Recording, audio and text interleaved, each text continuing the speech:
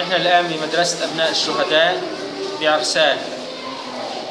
تم بناء المدرسة من أهلنا المتبرعين، من أهل الخير.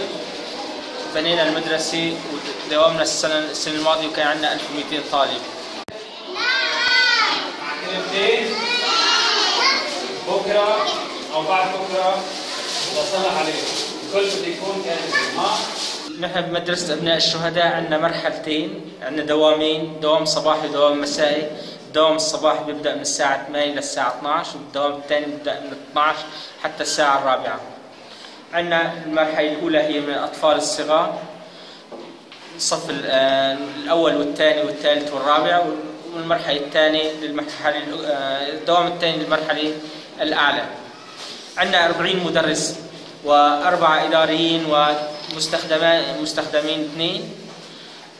تدرس هذه المدرسة المنهاج السوري بالكامل، بس للأسف الكتب حتى الآن ما أجتنا، والكتب السنة الماضية كانت قليلة جدا، نعطي للصف الواحد نسبة من الكتب فقط.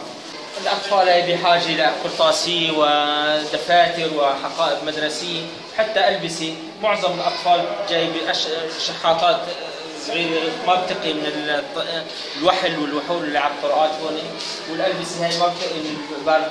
المدرسة بحاجة مين يساعدنا فيها، وإن شاء الله بنقوم بواجبنا قدام طلابنا وقدام أولادنا، وهدول معظم الأولاد شهداء سقطوا بالمعارك مع النظام الجائر.